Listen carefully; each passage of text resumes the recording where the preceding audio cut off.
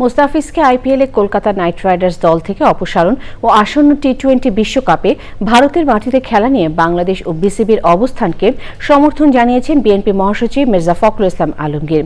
নিজ নির্বাচনী এলাকা ঠাকুরগাঁওয়ে সফরকালে মিডিয়ার মুখোমুখি হয়ে বিএনপি মহাসচিব বলেন, দেশের সম্মান সবার আগে, তবে ছোটখাটো সমস্যা পারস্পরিক আলোচনার মাধ্যমে সমাধান করা সম্ভব।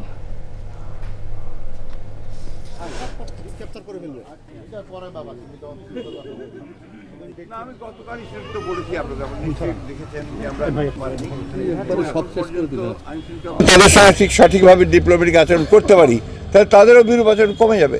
আমাদের কমিটমেন্ট আছে, আমরা তিস্তা, পদ্মা এবং অভিন্ন নদী যতগুলো আছে সেগুলো সবগুলোর ব্যাপারেই আমরা ভারতের সঙ্গে আমরা এনগেজ করব এবং তাদের কাছ থেকে পানি হিস্সা আদায় করব।